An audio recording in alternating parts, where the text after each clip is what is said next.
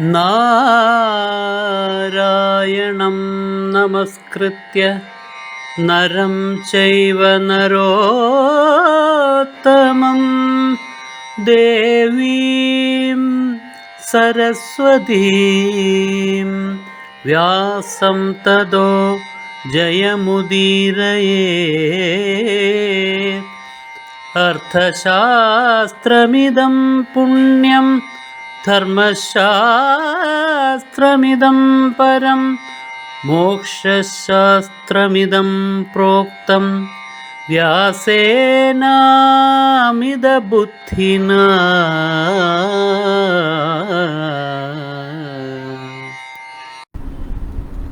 അത് മനസ്സിലുള്ളതൊന്ന്, പറയുന്നതൊന്ന്, പ്രവർത്തിക്കുന്നത് വേറെ. അതാണ് ഹൃദയത്തിൽ, മനസ്സില് അവർക്ക് ശുദ്ധിയില്ല. ന ശൗചോ നാപി ചാചാരോ, അവർക്ക് ശൗചവുമില്ല ആചാരവുമില്ല. ഈ അസുരീ സമ്പന്നന്മാർക്ക് ശൗചമില്ല എന്നുള്ളതിന്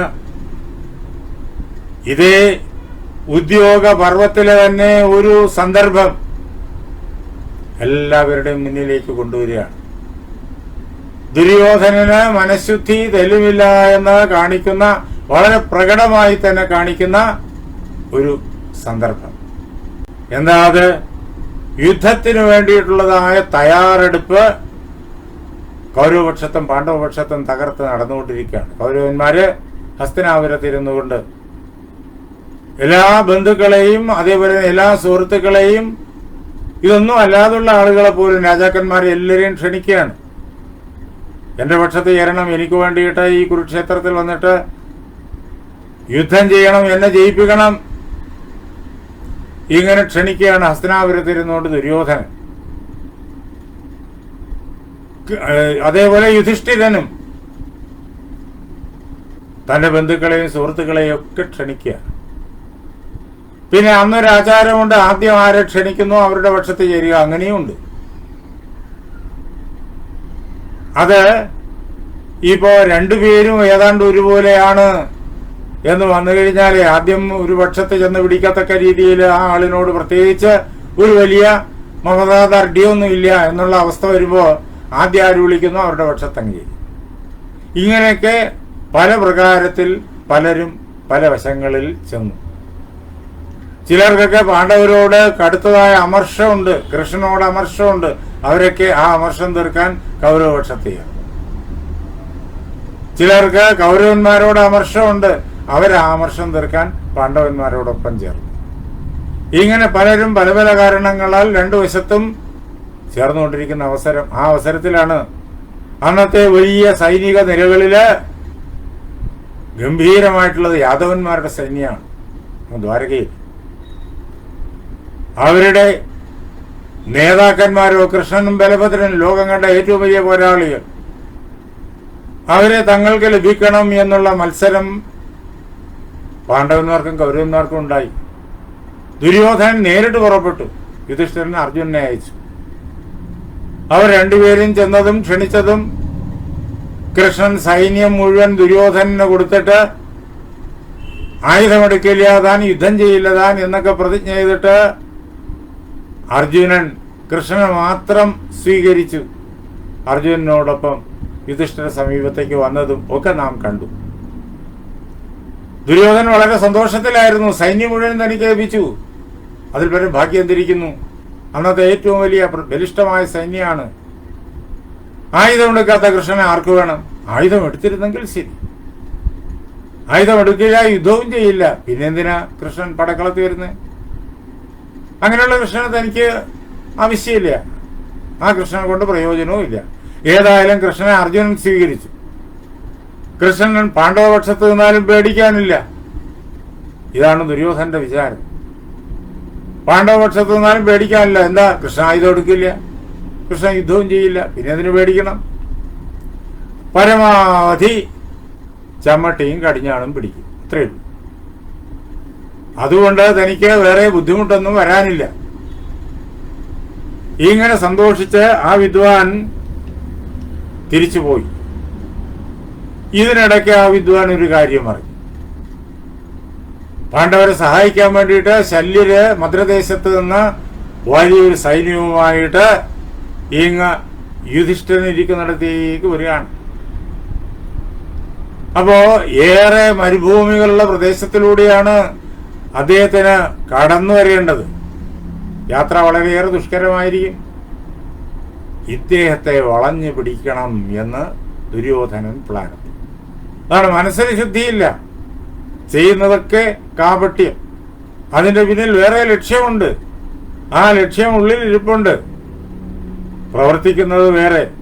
അതിൽ പെട്ടുപോയി കഴിഞ്ഞാൽ ആരായാലും ഇവരുടെ ചട്ടുകമായി പോകും. കൃഷ്ണനെ ആദ്യം ചെന്ന് വിളിച്ച് തന്റെ പക്ഷത്താക്കാൻ ദുര്യോധനൻ ആഗ്രഹിച്ചു. വളരെ വേഗത്തിൽ പാഞ്ഞുപോയി. പക്ഷെ ദുര്യോധന്റെ പിറകെ അർജുനനും ചെല്ലുന്നുണ്ടായിരുന്നു. അതുകൊണ്ട് സംസാരിച്ചു തുടങ്ങിയപ്പോ ദുര്യോധനൻ പറഞ്ഞത്, ആദ്യം വന്നത് ഞാനാണ്. സജ്ജനങ്ങളുടെ രീതി ആദ്യം വിളിക്കുന്ന ആളുടെ പക്ഷത്ത് ചേരുക എന്നുള്ളതാണ്. ഉറങ്ങിക്കിടന്നുകൊണ്ട് എനിക്ക് വിളിക്കാൻ പറ്റിയില്ല, പക്ഷെ ആദ്യം വന്നത് ഞാനാണ്. അതുകൊണ്ട് എനിക്കാണ് അവകാശം അങ്ങയിലും അങ്ങയുടെ സൈന്യത്തിലും. അതുകൊണ്ട് എന്നോടൊപ്പം വരാം. വളരെ തന്ത്രപരമായിട്ട് കൃഷ്ണൻ അതിനെ കൈകാര്യം ചെയ്തു. ഞാൻ നിന്റെ കൂടെ ചേരാമെന്ന് പറഞ്ഞില്ല. പിന്നെന്താ അദ്ദേഹം പറഞ്ഞത്? ദുര്യോധനൻ പറഞ്ഞതൊക്കെ ശരിയാണെന്ന് പറഞ്ഞു. നീയാണ് ആദ്യം വന്നത്. എനിക്ക് നിങ്ങൾ രണ്ടുപേരും ഒരുപോലെ ബന്ധുക്കളാണ്. രണ്ടു കൂട്ടരോടും എനിക്ക് ഒരുപോലെ സ്നേഹവും ഉണ്ട്, ചങ്ങാത്തവും ഉണ്ട്. അതുകൊണ്ട് നിങ്ങൾ രണ്ടുപേരും എനിക്ക് ഒരേപോലെ ഇഷ്ടപ്പെട്ടവരാണ്, തുല്യരാണ്. എങ്കിലും ഇതിനകത്തൊരു കുഴപ്പം പറ്റിപ്പോയി. അല്ലയോ ദുര്യോധനൻ ചേട്ടാ, കൃഷ്ണനേക്കാളും വളരെ മൂത്തതാണ്. അതുകൊണ്ട് ആ ബഹുമാനം, ജ്യേഷ്ഠൻ എന്നുള്ള ബഹുമാനം കൃഷ്ണൻ എപ്പോഴും കാണിക്കും. കൃഷ്ണൻ സൂത്രക്കാരനുമാണല്ലോ. അങ്ങാണ് ആദ്യം വന്നതെങ്കിലും ഞാൻ ആദ്യം കേട്ടത് അർജുനനെയായി പോയി. എന്തു ചെയ്യും? ഒരു കാര്യം ചെയ്യാം, രണ്ടുപേരും സഹായിച്ചു. ആയുധമെടുക്കാതെ യുദ്ധം ചെയ്യാത്ത ഞാൻ ഒരു വശം, സർവായുധ സന്നാഹങ്ങളോടുകൂടിയ എന്റെ സൈന്യം മറുവശം. ഇങ്ങനെ അദ്ദേഹം തന്ത്രപരമായി ദുര്യോധനെ ഒഴിവാക്കി. എന്താ കാരണം? കൃഷ്ണൻ ധർമ്മമുള്ളിടത്തേ നിൽക്കൂ. യഥോ ധർമ്മ തഥ കൃഷ്ണ. എവിടെയാണോ ധർമ്മമുള്ളത് അവിടെ കൃഷ്ണൻ നിൽക്കൂ. കൃഷ്ണനെ ചതിവില് വളഞ്ഞു പിടിക്കാം എന്ന് വിചാരിച്ചാൽ ലോകത്ത് ആർക്കും സാധിക്കില്ല. ആരും വളഞ്ഞു പിടിക്കേണ്ട കാര്യവുമില്ല. ധർമ്മം ആചരിച്ചാൽ മാത്രം മതി, അവിടെ കൃഷ്ണൻ ഉണ്ടാവും. യഥോ ധർമ്മ തഥ കൃഷ്ണ, യഥകൃഷ്ണ തഥോ ജയ. ഇതാണ് മഹാഭാരതത്തില് തുടക്കം തൊട്ട് ഒടുക്കം വരെ മുഴുകി കേട്ടുകൊണ്ടിരിക്കുന്നതായ മഹാസന്ദേശം. ഇത് പ്രഖ്യാപിക്കുകയാണ് മഹാഭാരതത്തിന്റെ പരമമായിരിക്കുന്ന ലക്ഷ്യം. ഇതാണ് ഗീതയുടെ സന്ദേശം. എവിടെയാണോ യോഗേശ്വരനായ കൃഷ്ണനുള്ളത്, എവിടെയാണോ ധനുധാരിയായ പാർത്ഥനുള്ളത്, അവിടെ ഐശ്വര്യമുണ്ടാകും, ഭൗതികമായ ഐശ്വര്യം ഉണ്ടാകും, പരമമായിരിക്കുന്ന ബ്രഹ്മസാക്ഷാത്കാരം എന്നുള്ളതായ ശ്രേയസ് ഉണ്ടാകും, വിജയമുണ്ടാകും. ഇത് മാറ്റമില്ലാത്തതാണ്, എൻ്റെ ഉറച്ച അഭിപ്രായമാണ്. അതാണ് ആ ഗീതയുടെ കഥാരൂപത്തിലുള്ള ആവിഷ്കൃതി, ധർമ്മത്തിന്റെ വിജയം. അങ്ങനെ ധർമ്മമുള്ളിടത്തേ കൃഷ്ണനുള്ളൂ. അതുകൊണ്ട് കൃഷ്ണനെ സൂത്രത്തിൽ പിടിക്കാമെന്ന് ആര് വിചാരിച്ചാലും പറ്റില്ല. ഇത്ര കണ്ട് ശ്രദ്ധയില്ലെങ്കിലോ വീണുപോകും ചതിയന്മാരുടെ കയ്യിൽ. ശല്യർക്കത് പറ്റി. അതാണ് നാം ഇവിടെ കാണുന്നത്. അവിടെ ദ്വാരകയിൽ നിന്നിട്ട് ദുര്യോധനൻ സൈന്യവുമായിട്ട് മടങ്ങിപ്പോകുന്ന വഴിക്കാണ് ശല്യര് നേരെ യുധിഷ്ഠിരനെ കാണാൻ. ഒരക്ഷകോടി സൈന്യമുണ്ട് അദ്ദേഹത്തിന്. കരുത്തുറ്റ സൈന്യവുമാണ്. ശല്യരും വളരെ കരുത്തനാണ്, നല്ല യോദ്ധാവാണ്. അദ്ദേഹം വരുന്നത് അറിഞ്ഞത്. എന്നാൽ ഇദ്ദേഹത്തെ ചതിവിൽ പിടിക്കുക തന്നെ. അതാണ് ന ശൗചം.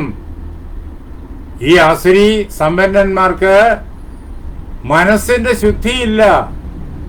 അവര് കപട തന്ത്രങ്ങൾ മെനയും, അത് പ്രവർത്തിപ്പിക്കും.